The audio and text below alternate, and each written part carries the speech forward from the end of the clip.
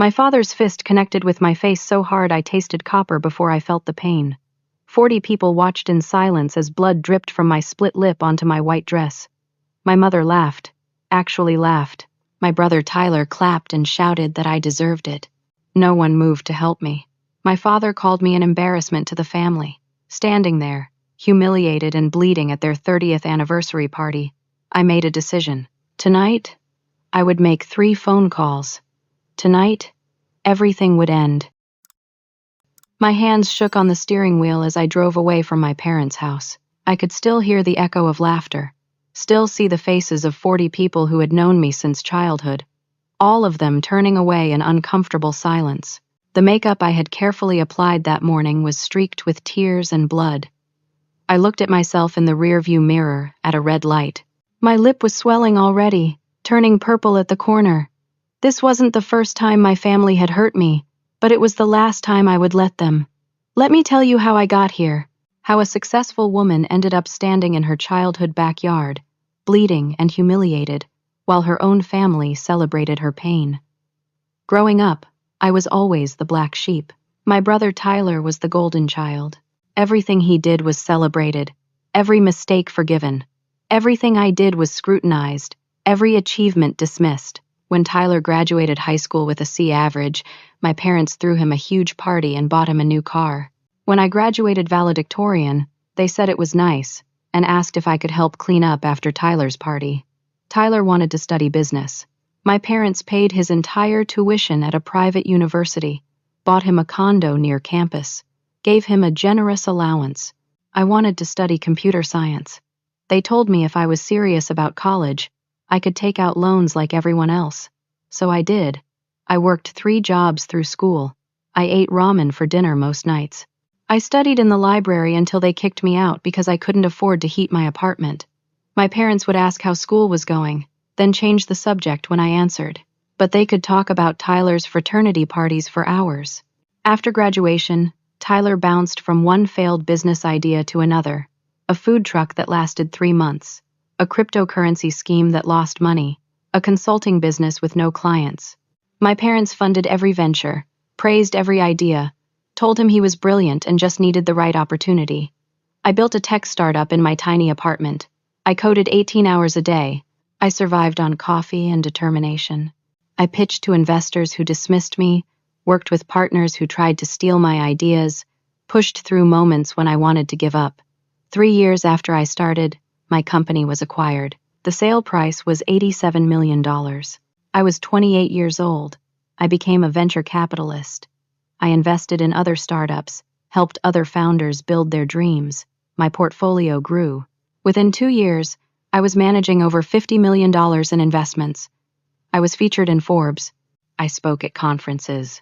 I sat on boards. And I never told my family any of it. Why? Because I knew it wouldn't matter. They had spent my entire life telling me I wasn't good enough. I wasn't going to give them the satisfaction of taking credit for my success, or the opportunity to diminish it, but I still loved them. Or maybe I just desperately wanted them to love me, so I helped them, secretly. 5 years ago, when my company sold, I started making anonymous payments on my parents' mortgage. They thought the payments were coming from Tyler. He told them he had made some good investments. They believed him without question. I paid off that mortgage completely over 3 years. The house they live in, the house they love, the house they hosted tonight's party in, I own it. They just don't know it. 2 years ago, my father's gambling problem got so bad he owed money to dangerous people. $50,000 in debts to underground poker games and sports betting. I paid it off through a lawyer who said it was a settlement from an old lawsuit. My father thought he got lucky.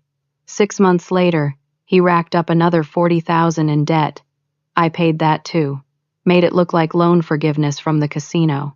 Last year, my mother needed surgery. Her insurance denied the claim. The procedure cost $32,000. I called the hospital administrator, made a donation to their foundation, and suddenly my mother's insurance decided to cover it after all. She thought it was a miracle. It was just me, writing a check.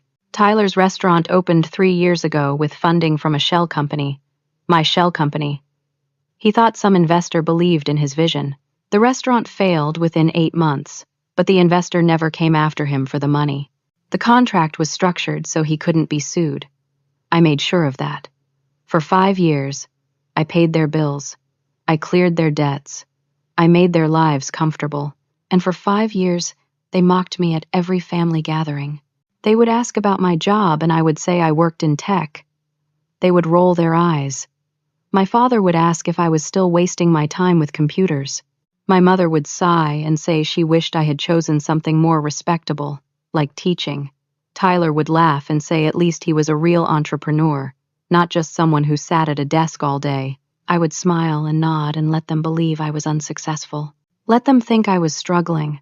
Let them feel superior. I told myself I was doing it because I loved them. But really, I was doing it because I was still trying to earn their love. Still trying to prove I was worthy. Still waiting for them to see me. Tonight was supposed to be different. I had planned to tell them everything at the anniversary party. I had rehearsed a speech. I was going to explain what I had been doing, show them who I really was, maybe finally hear them say they were proud of me. Then, Tyler started talking about his newest business idea. Another app, another sure thing.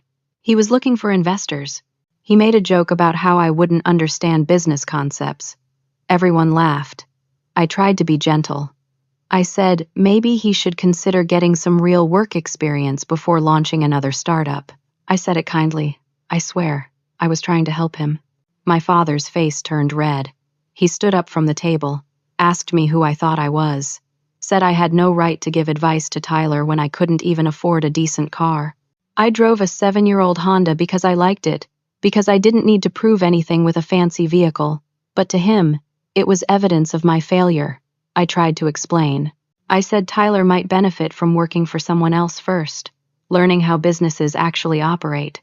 My father cut me off, said I was jealous of Tyler's success, said I had always been bitter and resentful. I felt something break inside me. All those years of biting my tongue, all those years of accepting their contempt while secretly saving them. Something snapped. I said quietly that maybe Tyler should try building something sustainable instead of burning through other people's money. My father moved so fast I didn't see it coming. His fist caught me on the left side of my mouth. My head snapped back. I stumbled in my heels. Blood filled my mouth immediately. The backyard went silent. I touched my lip. My fingers came away red. I looked at my father. He was breathing hard, fist still clenched. I looked at my mother. She had her hand over her mouth, but her eyes were amused. Then she laughed. A nervous little giggle that turned into a real laugh. Tyler started clapping. Slow claps at first, then faster. He said I deserved it. Said maybe now I would learn to respect my elders and stop acting like I knew everything. 40 people watched. Family, friends, modern furniture, expensive art, a kitchen I barely used because I worked too much. This was my life, the life they knew nothing about. I showered, letting the hot water wash away the blood and tears. I changed into comfortable clothes. I made a cup of tea. And then I sat at my desk, opened my laptop, and picked up my phone. It was 9:30 on a Saturday night. I was about to make 3 phone calls that would change everything. The city lights glittered below my windows. My tea sat untouched, growing cold. I pulled up my contacts and found the first number. My hand was steady now. The crying was done. The doubt was gone. I knew exactly what I was going to do. I dialed. Patricia answered on the second ring. She was my financial manager, had been for 4 years. She knew everything about my money, including where it went every month. Patricia, it's Andra. I need you to do something for me. Her voice was professional but warm. Of course. What do you need? I need you to stop all the anonymous payments to my family, effective immediately. There was a pause. All of them? All of them. The mortgage payments, the deposits to my father's account, the country club membership for my mother, the business funding for my brother. Everything stops tonight. I want it canceled by Monday morning. Andra, are you sure? Can I ask what happened? I told her. Patricia had met my family once, at a charity event I dragged her to. She had seen how they treated me. Now I told her about the punch, the laughter, The years of accepting less than I deserved. Her voice was tight with anger when she responded. "I'll take care of it. Everything will be terminated by close of business Monday. The mortgage company will be notified that payments have ceased." "Is there anything else?" "Yes. Pull the funding from Tyler's newest venture. The shell company we set up last month. Dissolve it. Make it look like the investor changed their mind. Done." "Andra, I'm so sorry this happened to you." "Don't be. This is the best decision I've made in years." I hung up and stared at my phone. That was call 1. 2 more to go. I scrolled to the next contact. Robert Morrison, my attorney. We had worked together since my company was acquired. He was the one who had set up the anonymous loan for Tyler 3 years ago. The $80,000 Tyler borrowed for his restaurant from what he thought was a private investor. Robert answered immediately. "Andra, this is a surprise. What can I do for you? I need you to call in Tyler's loan, the one from 3 years ago, all $80,000. I want a formal demand letter sent Monday morning. Full payment required within 30 days or I pursue legal action." Robert was quiet for a moment. "That's your brother, correct?" "Yes." "May I ask what prompted this?" I told him. Robert was silent as I described the party, the punch, the humiliation. When I finished, he said quietly, "I'll draft the demand letter tonight. It will be sent via certified mail Monday morning. Anything else?" "Yes. The trust fund I set up for my parents, the one they think is an inheritance from a distant relative. I want it dissolved.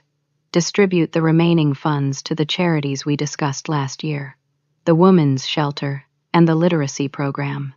The trust has about $120,000 left in it." "You're sure?" "Completely sure. They never earned it. They don't deserve it. Give it to people who will use it to help others instead of just themselves.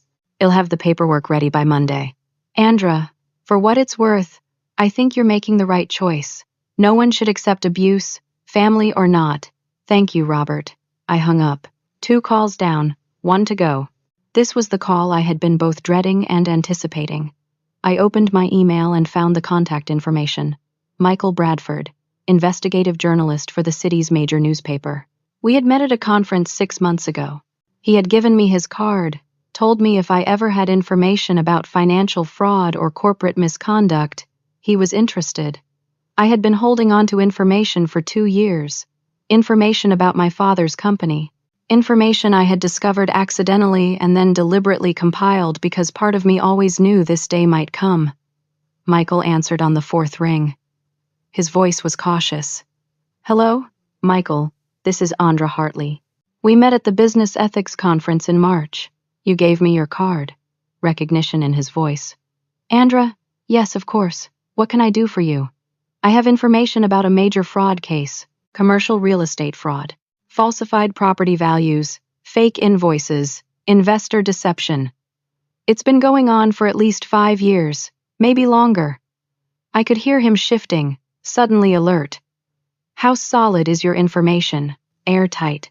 I have documents, emails, recorded phone calls, falsified appraisals, bank records. I hired a forensic accountant to verify everything. It's complete, it's prosecutable, and it's going to destroy the person responsible." "Who's the target?" "My father, Richard Hartley, Hartley Commercial Properties." Silence. Then, carefully, "This is your father?" "Yes." "Why are you doing this?" "Because he's been stealing from people for years. Elderly couples who invested their retirement savings, small business owners who trusted him. Has been running a scheme where he uses money from new investors to pay returns to old investors while pocketing the difference. It's a pyramid scheme dressed up as real estate investment, and I have proof of all of it." "When did you discover this?" 2 years ago. A deal came across my desk. I'm a venture capitalist. One of my potential investment partners was considering a property deal with my father's company. Something felt off. I did some digging. What I found was worse than I expected. "And you've been sitting on this for 2 years?" I was hoping he would stop. I was hoping I could fix it somehow. I kept thinking maybe he didn't realize how bad it was. Maybe he would correct course. But he didn't. He got worse. And tonight he crossed a line I can't overlook anymore. I told him about the party, the punch, the laughter. Michael's voice was hard when he spoke again. Send me everything. I'll need time to verify it. But if it's as solid as you say, I can have a story ready in a week. I'm emailing it now. Hundreds of pages. Documents, spreadsheets, recordings. I've organized it by category. Start with the folder marked Executive Summary. That will give you the overview. I heard typing. Got it. Andra, this is going to be big. Federal prosecutors will get involved. Your father could face serious prison time. I know. And you're prepared for that? I'm prepared for him to face the consequences of his actions. That's all. One more question. Why now? Why tonight? Because I finally realized that protecting him was enabling him. Every month I stayed silent was another month he stole from innocent people. I thought I was being loyal. I was actually being complicit. That ends now. Understood. I'll be in touch as I work through the material. Thank you for this. You're doing the right thing. I hope so. I hung up and sat back in my chair. It was 11:14. In less than 2 hours, I had dismantled the safety net I had built for my family over 5 years. I had stopped the money flow. I had called in the debts. And I had turned over evidence that would likely send my father to prison. I waited to feel guilty, waited for regret to hit me, waited to second-guess myself. It never came. Instead, I felt something I hadn't felt in years. I felt light, like I had been carrying a massive weight and finally set it down, like I could breathe fully for the first time since I was a child. I picked up my laptop and booked a flight. I was leaving town for a while, taking some time away. I had earned it. I was done saving people who didn't want to be saved. Done trying to earn love from people who would never give it. Done accepting abuse in the name of family loyalty. I forwarded my work emails, set an out-of-office message, and packed a bag. By 1 a.m, I was asleep. I slept better than I had in months. The consequences would start Monday. But tonight, I was finally free.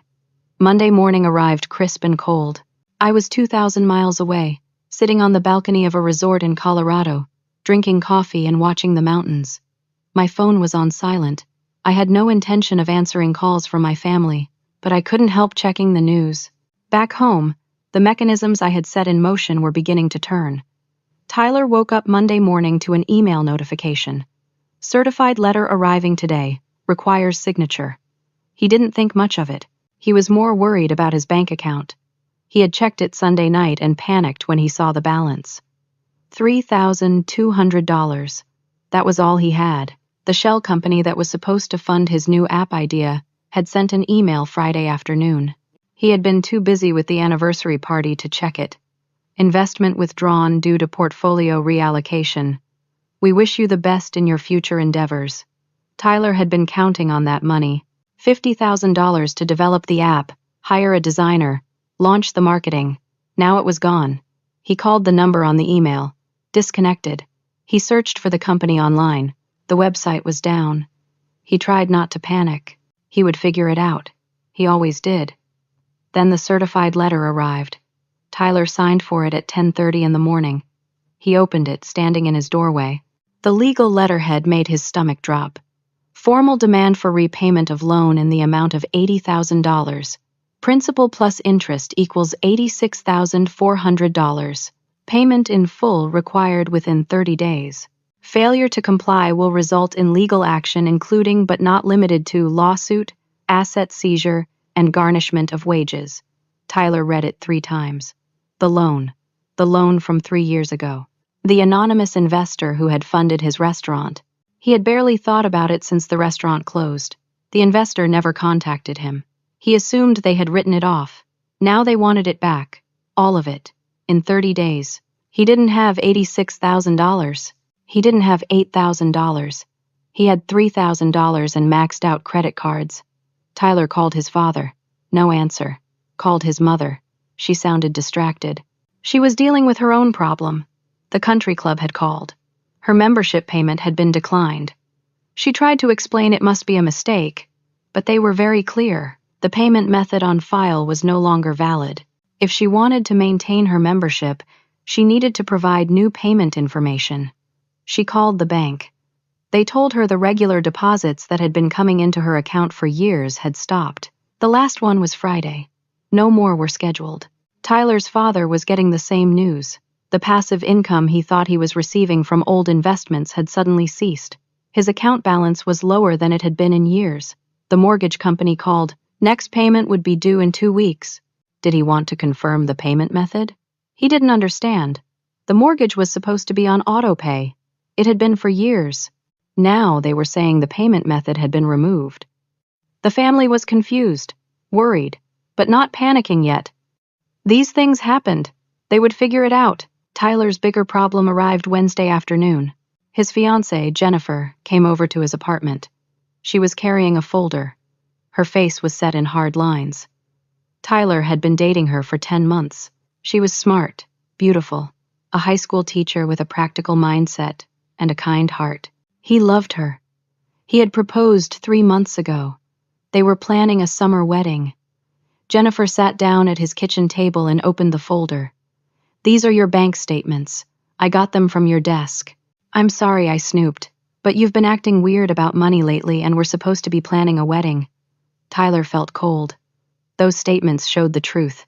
The empty accounts, the maxed credit cards, the loan he never mentioned. Jennifer continued, her voice shaking slightly. You told me you were successful. You told me you had investments, that your businesses had done well. You promised me a $50,000 wedding. Tyler, you have $3,000. He tried to explain. The timing was just bad. The investor pulled out unexpectedly. Things would turn around. Jennifer pulled out more papers. These are records of your failed businesses. The food truck that lasted 3 months, the restaurant that went under in less than a year, the consulting firm that never had a client. Tyler, you've never been successful. You've been lying to me. He reached for her hand. She pulled away. I talked to someone. Someone who knows you. Someone who told me the truth about your family and your finances. Who? Tyler demanded. Your sister, Andra. The room tilted. What? Jennifer's eyes filled with tears. Andra and I went to college together. We were roommates. We lost touch after graduation, but I reached out to her when you and I started getting serious. I wanted to know what your family was like. She was kind. She warned me that you had a complicated relationship with money. She said if things got serious, she would tell me the truth. After what happened at the party Saturday night, she called me. She told me everything. Tyler couldn't speak. She showed me your real financial records. She explained how your parents have been enabling you. She told me about the loan you're about to default on. Tyler, you've been living a lie and I almost married you without knowing. Jennifer stood up. She pulled off her engagement ring and set it on the table. I deserve someone who's honest. Someone who doesn't promise things they can't deliver. Someone who takes responsibility for their life instead of expecting other people to fix their problems. She walked to the door. Tyler followed, desperate. I can change. I'll get a real job. I'll fix this. Jennifer turned back. Her face was sad. I hope you do fix it. I really do. But not for me. For yourself. Goodbye, Tyler. She left. Tyler stood in his empty apartment, staring at the ring on the table. Andra, his sister, had done this. His sister who he had mocked and dismissed. His sister who had stood in their parents' backyard with blood running down her face while he clapped. He wanted to be angry, but beneath the shock, he felt something else. Shame. Because Jennifer was right about all of it. His phone rang. His mother. She was crying. The bank had called again. They were reviewing all their accounts, some kind of audit. The regular deposits that had been coming for years, the ones they thought were from Tyler's investments. The bank wanted to know where they came from. And the house, the mortgage. Someone had been paying it, but now the payments stopped. They were already behind. If they didn't catch up, they would be in default. Mom, I don't know what's happening, Tyler said, but it was a lie. He was starting to understand exactly what was happening. Everything their family had, everything they thought they had built, was crumbling, and he had a terrible suspicion about why. He hung up with his mother and did something he should have done years ago. He started researching his sister. What he found made him sick. Friday morning, 1 week after the party, Tyler had barely slept in days. He had spent every waking hour piecing together the truth about his sister. Now he sat at his computer, staring at a web page, his hands shaking. The news article had gone live at 6 in the morning. The headlines stretched across the top of the website in bold letters. Local real estate mogul faces federal investigation for massive investor fraud. Below it, a photo of his father, Richard Hartley, looking confident in a suit, standing in front of one of his commercial properties. Tyler started reading. Richard Hartley, 56, owner of Hartley Commercial Properties, is under federal investigation for investor fraud spanning at least 5 years. According to documents obtained by this newspaper, Hartley allegedly operated a scheme in which he falsified property values, created fake renovation invoices, and used money from new investors to pay returns to earlier investors while pocketing substantial sums for personal use. The scheme, which resembles a pyramid structure, allegedly defrauded investors of over $12 million. Victims include retirees who invested pension savings, small business owners seeking property investments, and individual investors who trusted Hartley's 30-year reputation in commercial real estate. Federal prosecutors have confirmed they are reviewing the case. Evidence includes falsified documents, manipulated appraisals, fraudulent invoices, and recorded conversations. The investigation is being led by the U.S. Attorney's Office in collaboration with the FBI. If charged and convicted, Hartley could face multiple counts of wire fraud, securities fraud, and conspiracy. Potential sentence ranges from 10 to 20 years in federal prison. Tyler felt like he was going to throw up. He kept reading. The investigation was prompted by information provided by an anonymous source with insider knowledge of Hartley's operations. According to sources close to the investigation, the evidence provided was extraordinarily detailed and well-organized, suggesting someone with forensic accounting expertise and access to internal company records. Multiple sources indicate that a family member attempted to warn Hartley about his practices years ago but was rebuffed.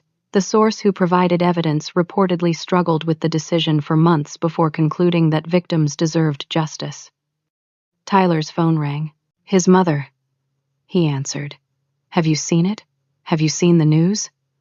Her voice was panicked, nearly hysterical. "I'm looking at it now.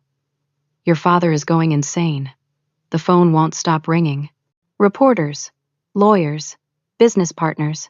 The bank called and said all the accounts are frozen. "We can't access our money." "Tyler, what's happening?" Tyler didn't answer.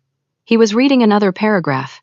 One victim, 72-year-old Margaret Sullivan, told reporters she invested her entire retirement savings of $380,000 with Hartley Commercial Properties 3 years ago, based on promised returns of 8% annually. She received regular payments for the first year, then payments became sporadic. When she tried to withdraw her principal investment last year, she was told the property sale was delayed. She now believes most of her money is gone. There were quotes from other victims. A 68-year-old man who lost $200,000. A couple in their 50s who invested their children's college fund. A small business owner who put in $150,000 to become a partner in a property deal that never existed. Tyler felt sick. His father had done this, stolen from elderly people, from families, from people who trusted him. And Tyler had defended him, supported him, believed him when he said business was great. "Mom," Tyler said quietly, "I think Andra did this." "What?" His mother's voice went from panic to confusion. "Andra, I think she's the one who gave them the evidence." "That's ridiculous. Why would she? What would she even know about Dad's business?" Tyler pulled up another browser tab, the one he had been staring at for the past hour. The venture capital firm's website, the partners page, a professional photo of his sister, Andra Hartley, smiling, confident, successful. "Mom, I need you to sit down." "I am sitting down." "Tyler, what are you talking about?" "I need to send you something. Check your email, right now." He heard her moving, the sound of a laptop opening. Then silence. Then a sharp intake of breath. Tyler had sent her the link, the same link he had found last night. The same information that had kept him awake, replaying every interaction with his sister, every time he had mocked her, every time he had dismissed her. The Forbes article was 2 years old. 30 under 30, rising stars in venture capital. There was Andra's photo, along with a detailed profile. Andra Hartley, 29, made headlines 3 years ago when her tech startup, Tech Vision Solutions, was acquired in a deal worth $87 million. Since then, she has become one of the most respected angel investors in the technology sector. Her portfolio, which includes investments in artificial intelligence, cybersecurity, and green technology companies, is valued at over $50 million. Known for her analytical approach and her commitment to supporting diverse founders, Hartley has quickly established herself as a force in the venture capital world. There was more. Quotes from founders she had funded, descriptions of successful exits, references to her board positions, her speaking engagements, her reputation. Tyler heard his mother crying on the other end of the phone. How? How did we not know? Tyler's voice was hollow. Because we never asked. Because we never listened. Because we decided she was a failure and we never questioned it. She was paying for everything, wasn't she? All those years. The mortgage, the deposits. It was her. Tyler pulled up another tab, the shell company that had funded his restaurant. He had spent hours tracing it last night, following the corporate trail. It led back to a holding company, which led back to an investment firm, which led back to Andra. The restaurant was her money. The loan I just got called on, that was her money too. Mom, she's been funding our entire lives for 5 years. While we treated her like garbage. His mother was sobbing now. Where is she? We need to call her. We need to explain. I've tried. She blocked me. Her voicemail is full. We have to fix this. But Tyler knew they couldn't. Not yet. Maybe not ever. His father called an hour later. He had been arrested. Bail was set at $500,000. He needed them to post bail. They had no way to do it. The house was already in foreclosure proceedings. The bank had accelerated the timeline once the fraud charges became public. They had 60 days to vacate. Tyler's mother moved in with him that weekend. She had nowhere else to go. Their friends, the people who had filled the backyard at the anniversary party, had stopped calling, stopped answering calls. No one wanted to be associated with the scandal. Tyler got a job at an electronics store. It was humiliating, wearing the uniform, helping customers with questions he could answer in his sleep, taking orders from a manager 10 years younger than him. But he needed the money. His mother needed medication. They needed to eat. At night, he would search for information about Andra online. He found interviews she had given, panel discussions she had participated in, articles about her investments, photos from charity events. In every photo, she looked happy, confident, free. She had built an incredible life, and they had known nothing about it because they never cared enough to look. 2 weeks after the article dropped, Tyler found something else. A business journal had published a follow-up piece. Whistleblower in Hartley fraud case revealed to be family member. While the source of the evidence against Richard Hartley has not been officially confirmed, multiple sources indicate that the comprehensive documentation provided to prosecutors came from Hartley's daughter, Andra Hartley, a successful venture capitalist. Sources close to the situation say the younger Hartley discovered the fraud 2 years ago and spent months hoping her father would correct course before finally deciding that victims deserved justice. Friends of Andra Hartley describe her as principled and thoughtful, someone who agonized over the decision to turn in her own father, but ultimately concluded that protecting him would mean enabling continued harm to innocent investors. The article included a quote from an anonymous source who said, "She tried to save him. She really did. But he wouldn't be saved.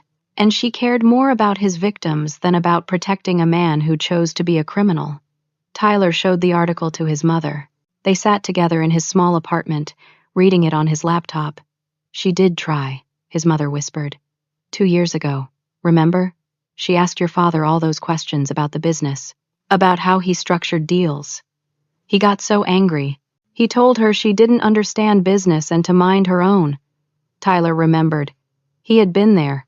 He had laughed at Andra's questions, called her naive. She was trying to warn him, his mother continued.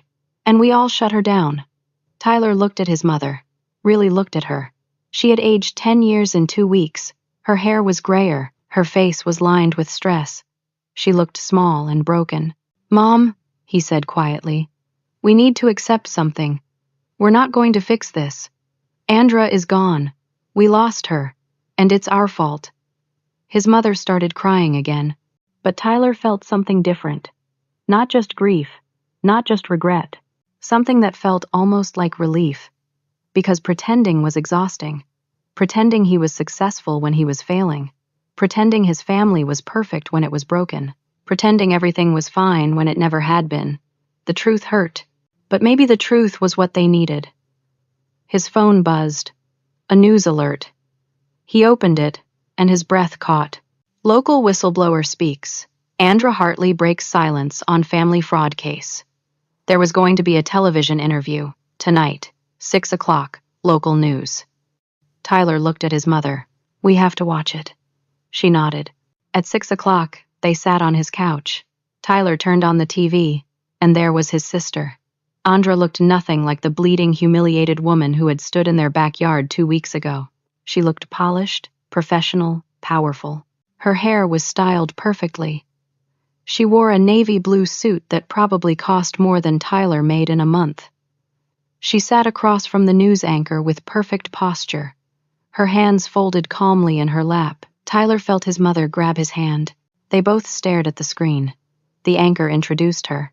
Andra Hartley, the venture capitalist who provided evidence against her own father in what prosecutors are calling one of the largest real estate fraud cases in state history. She's here with us tonight to explain why she made this difficult decision. The anchor turned to Andra. "Thank you for being here. This must have been incredibly difficult, turning in your own father." Andra's expression was calm. It was necessary. Innocent people lost their life savings. "My relationship with my family is irrelevant compared to that. Can you tell us how you discovered the fraud?" 2 years ago, a potential investment partner asked me to review a property deal involving my father's company. I'm trained in forensic accounting. When I looked at the numbers, they didn't make sense. I started investigating. What I found was systematic fraud going back at least 5 years. The anchor leaned forward. "And you sat on this information for 2 years?" I hoped he would stop. I tried to talk to him about it, in indirect ways. I thought maybe if he understood the severity, he would correct course, but he didn't. He got worse. Meanwhile, more people were losing money. At some point, I had to decide what mattered more, protecting my father or protecting his victims. Some people are calling you brave. Others are saying you betrayed your family. How do you respond to that?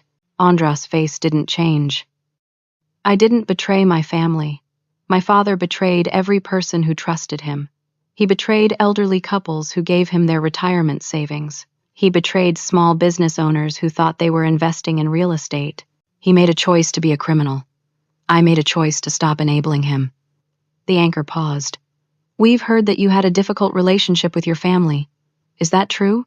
Andra smiled slightly. "That's a gentle way of putting it. Yes, my family and I have had issues for years. Can you elaborate?" Andra was quiet for a moment. Then she said, carefully, "I was never the child my parents wanted. They made that clear from a young age. I was compared constantly to my brother, always found lacking. When I succeeded academically, it was dismissed. When I built a business, they didn't care. They had decided I was a failure, and nothing I did changed their minds." The anchor looked sympathetic. "That must have been painful." It was, but I learned to build a life outside their approval. I found mentors who believed in me. I built businesses. I invested in other founders. I created a life I'm proud of. Your family didn't know about your success? No, I never told them. I knew they wouldn't care, or they would find a way to diminish it. So I just let them believe what they wanted to believe. But you still helped them financially. We've learned that you were anonymously paying their bills for years. Andra nodded. I was. I thought if I helped them quietly, maybe eventually they would see my value. Or maybe I just wanted to prove to myself that I could be the bigger person. Either way, it was a mistake. Why was it a mistake? Because it enabled them. It let them continue living irresponsibly while feeling superior to me. And more importantly, in my father's case, it helped him maintain a lifestyle that supported his fraud.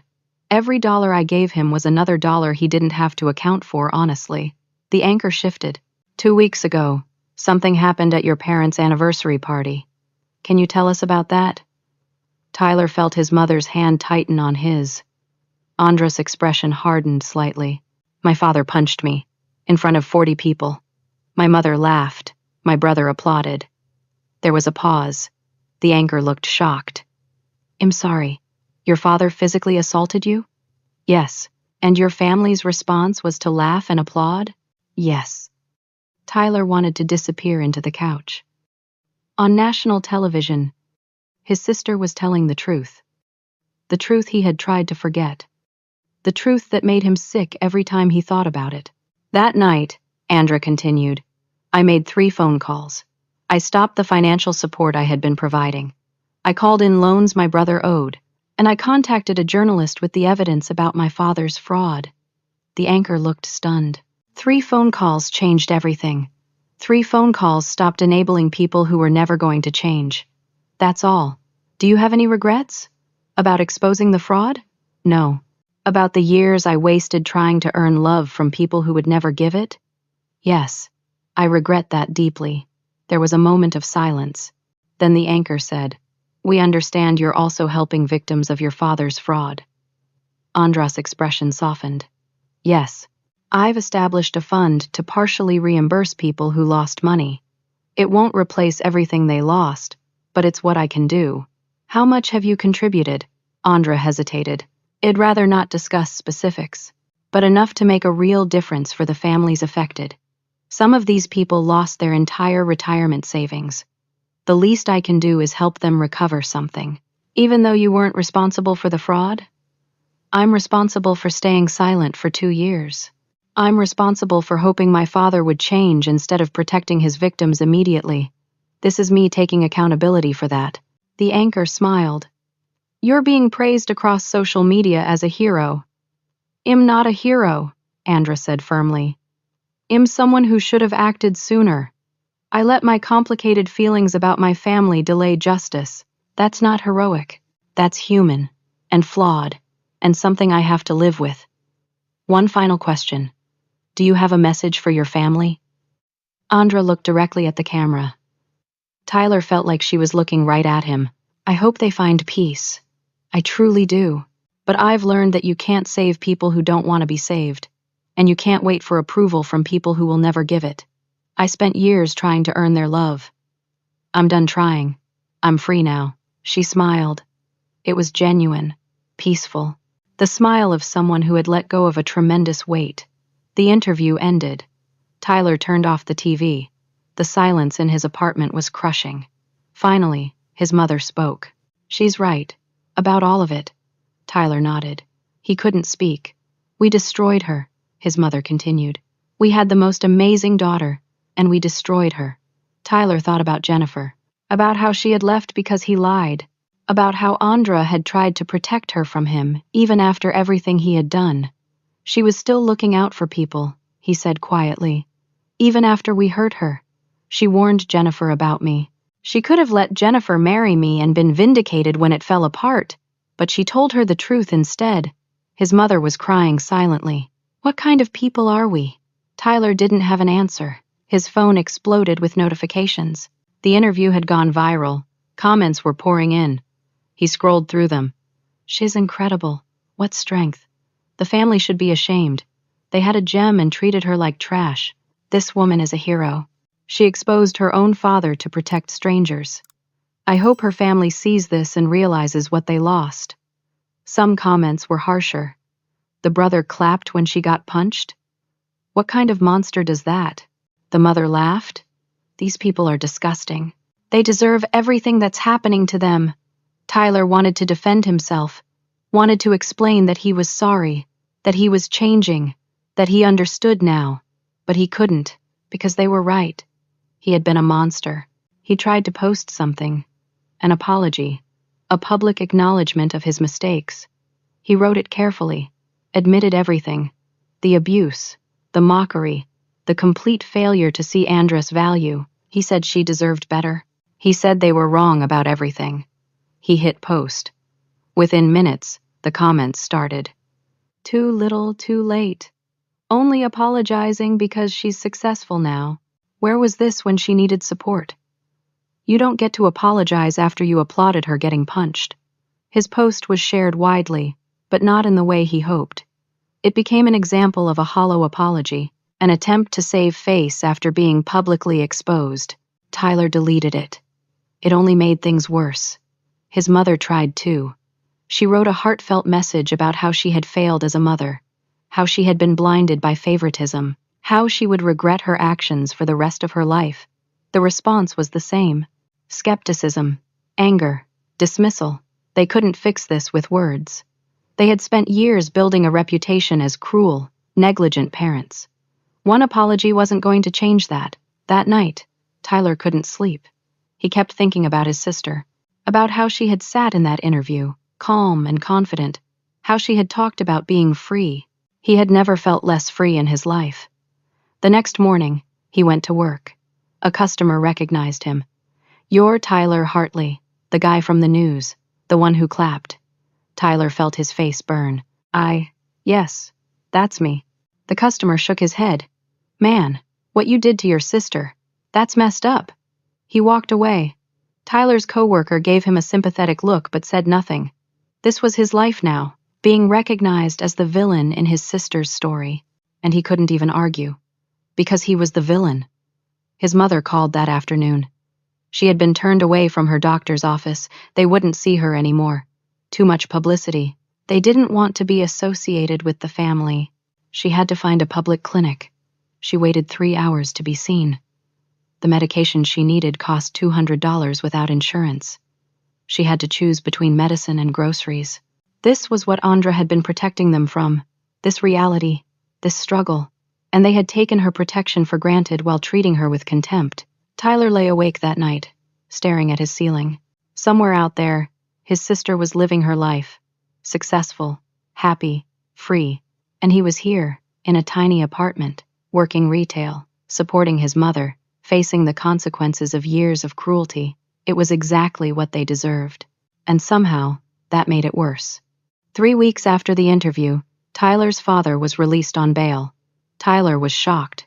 They had no money for a $500,000 bond. The lawyer explained someone had posted it anonymously.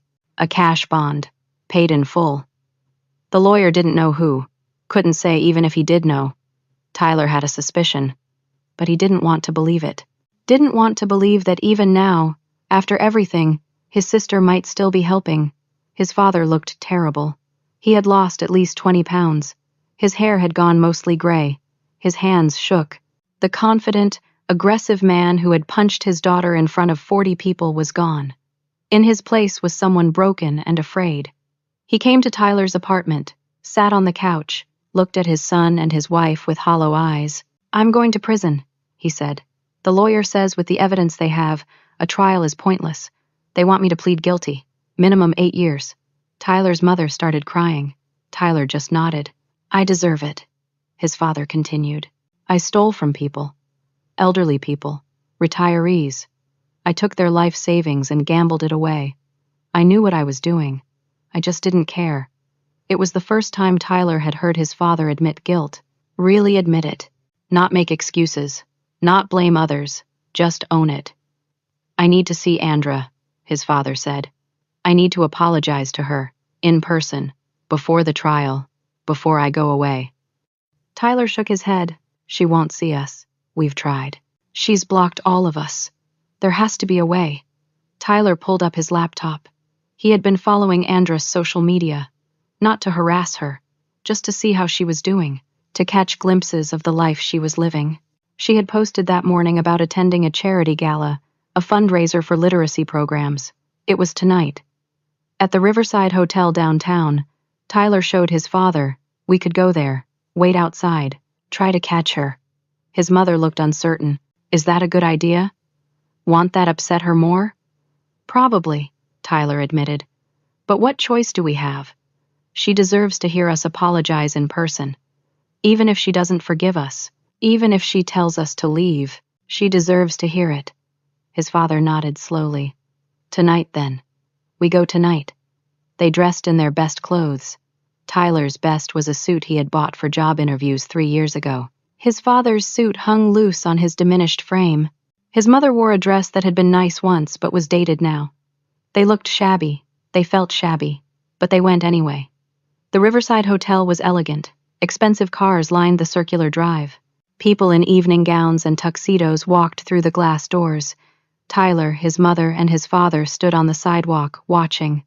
They didn't belong here. They had never felt that more acutely than they did right now. Tyler spotted Andra's car. He recognized it from her Instagram. A sleek silver sedan, understated but clearly expensive. It pulled up to the valet stand. Andra stepped out of the passenger side.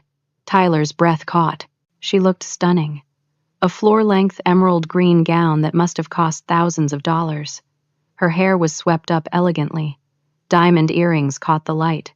She looked like someone who belonged at this event. Someone important, someone successful, someone they had completely failed to appreciate. A man emerged from the driver's side, 50s, distinguished, wearing a tuxedo. He offered Andra his arm. She took it, laughing at something he said. They looked comfortable together. Easy, like they had known each other for years. Tyler's father stepped forward before Tyler could stop him. Andra, please. She stopped, turned. Her face went blank when she saw them. The man with her looked concerned, stepped slightly in front of her, protective. Andra touched his arm gently. It's okay, Marcus. Marcus.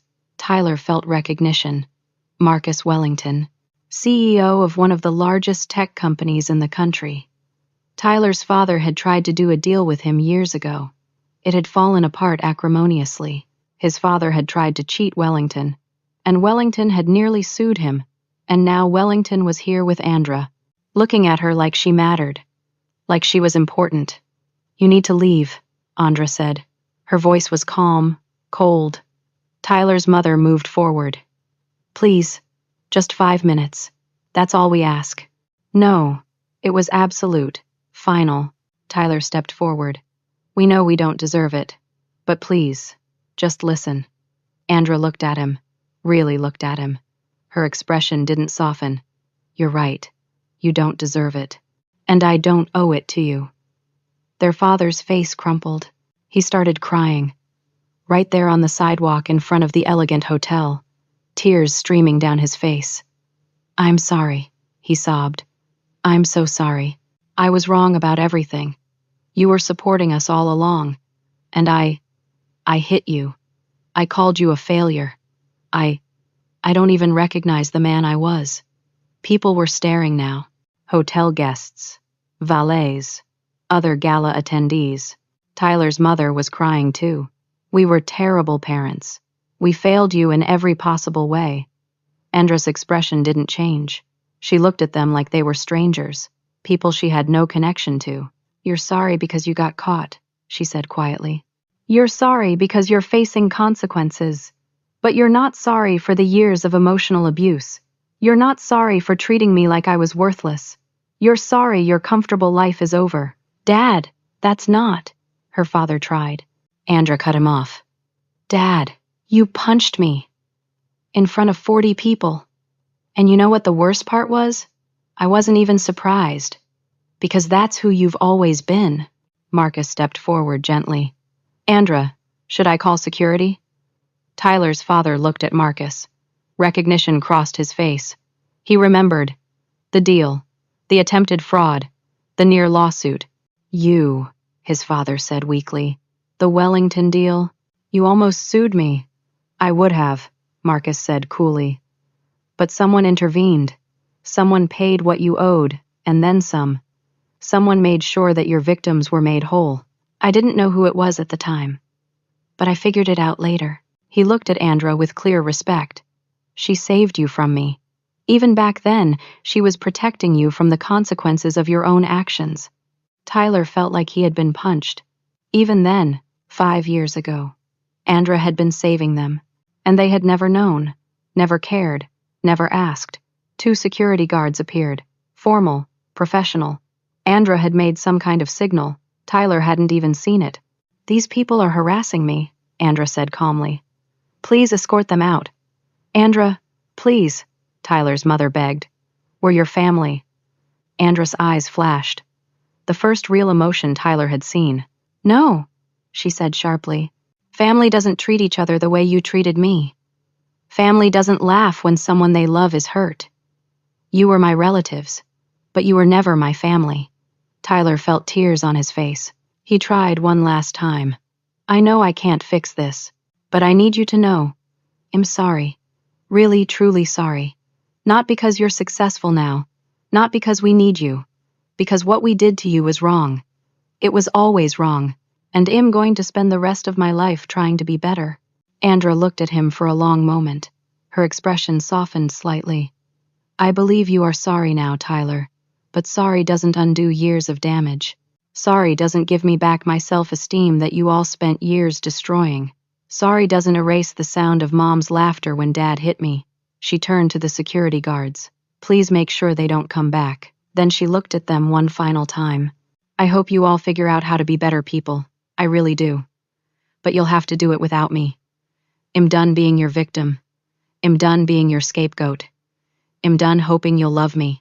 I've built a life I'm proud of, with people who actually care about me, and there's no room in it for you anymore. She took Marcus' arm. They walked toward the hotel entrance together.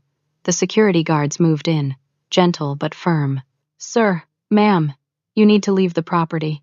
Tyler, his mother, and his father were escorted to the parking lot. The guards stayed with them until they got into Tyler's car and drove away. They sat in silence for the entire drive back. What was there to say?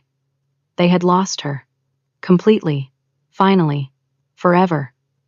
When Tyler dropped his parents off at his apartment, his father spoke. She's right.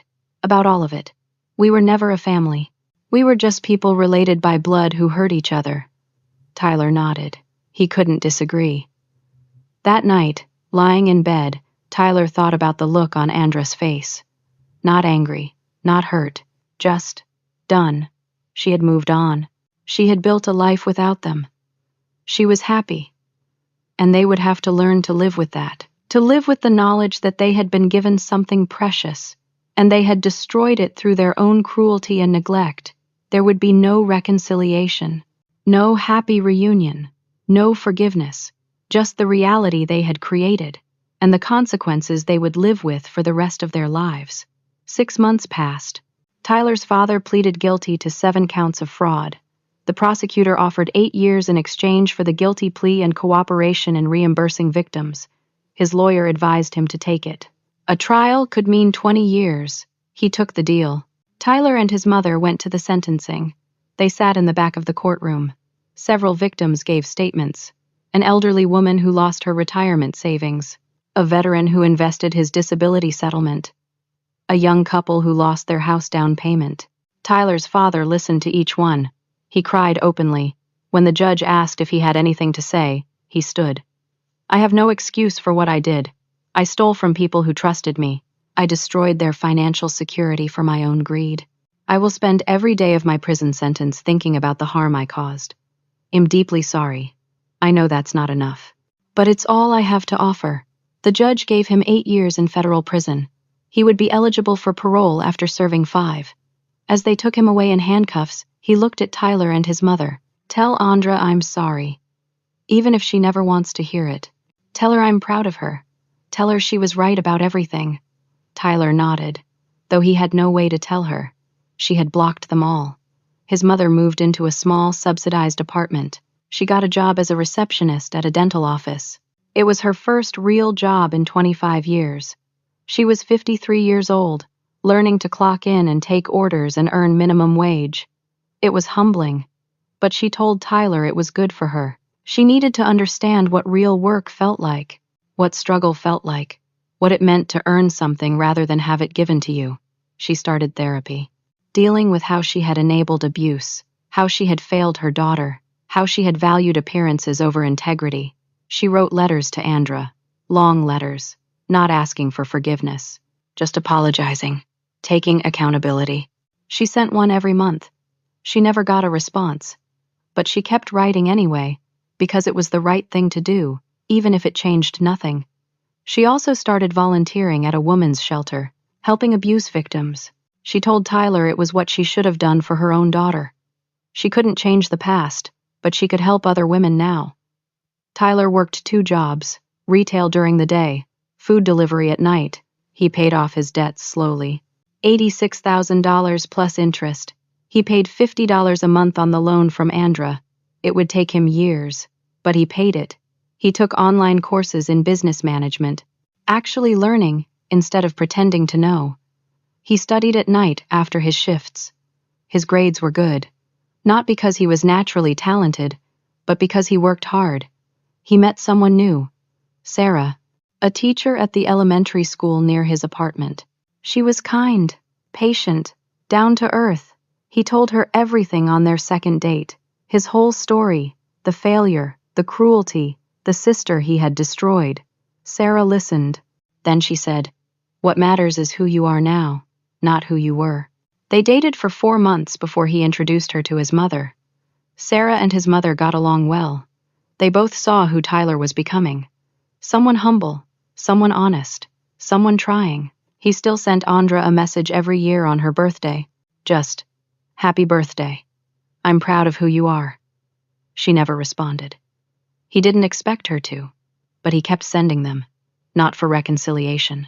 Forgiveness wasn't required for peace. Reconciliation wasn't required for healing. She had learned that she didn't owe anyone access to her life, especially people who had used that access to harm her repeatedly. Jennifer came over for coffee one afternoon. They had maintained their friendship. Jennifer had apologized for getting involved, but Andra told her she had done the right thing. Jennifer deserved to know the truth. "Do you ever think about reaching out to them?" Jennifer asked, stirring her coffee. Andra considered the question. "Sometimes. But then I remember how it felt to have my father's fist hit my face while my mother laughed, and I remember that I don't owe anyone access to me, especially people who hurt me repeatedly." "You seem happy, though. Really happy." "I am," Andra said, smiling. "For the first time in my life, I'm not trying to earn love from people who'll never give it. I'm just free." And she was. A month later, she spoke at a conference for young professionals. Topic: Knowing Your Worth. She told parts of her story without names. The audience was rapt, silent, hanging on every word. "I spent years trying to prove myself to people who would never value me," she said. "I made myself smaller to make them comfortable. I accepted abuse because I thought that's what family meant. But here's what I learned. You cannot save people who are determined to drown. You cannot earn love from people who choose cruelty. And you don't owe second chances to people who never valued the first one." She paused, looking out at the audience. Hundreds of faces, young professionals, many of them probably dealing with similar struggles. Walking away isn't giving up. An email from Tyler. Subject: "Just wanted you to know." She glanced at it, set the phone down without opening it. David looked at her. "Everything okay?" "Everything's perfect," she said, and she meant it. She thought about the girl who had stood bleeding in her parents' backyard 6 months ago. How far she had come. How much she had healed. The family she was born into had never valued her, but the family she had chosen, the people she surrounded herself with now, they saw her worth. They celebrated her. They loved her not despite who she was, but because of who she was. She didn't need her biological family's apologies. She didn't need their approval. She had something better. Herself, whole, healed, and free. Later that night, she and David stood on their balcony. The city lights stretched out below them. He put his arm around her shoulders. She leaned into him. "Happy?" he asked. She thought about it, really thought about it, about her business, her friends, her love, her life, her freedom from people who had spent years making her feel worthless. "Incredibly," she said, and she was. She had made 3 calls that night 6 months ago. 3 calls that ended one life and began another. 3 calls that freed her from trying to earn love from people who would never give it. She didn't hate her family. She didn't wish them harm. She hoped they became better people. She really did. But she didn't need to be there to witness it. Didn't need to be part of their redemption. Didn't need to sacrifice her peace for their growth. Sometimes the bravest thing you can do is walk away from people who don't value you, even when those people are family. Love should never require you to accept abuse. Forgiveness is not mandatory, and peace is not found in reconciliation with those who hurt you. It's found in choosing yourself, building a life you're proud of, and surrounding yourself with people who see your worth. You don't owe anyone access to your life, especially those who've proven they'll only use that access to harm you. Your peace, your happiness, your healing matters more than anyone's expectations. And that's not selfish. That's wisdom.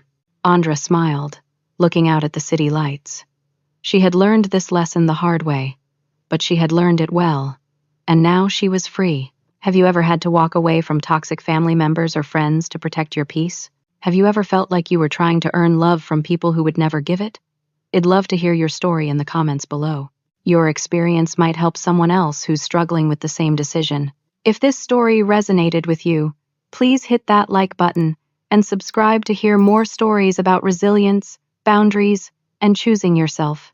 And if you know someone who needs to hear this message, someone who's trying to earn approval from people who don't value them, please share this video with them. Sometimes we all need permission to choose our own peace. Thank you so much for listening to Andra's story. Remember, you deserve to be valued, respected, and loved for exactly who you are. Never settle for less. Take care of yourselves, and I'll see you in the next story.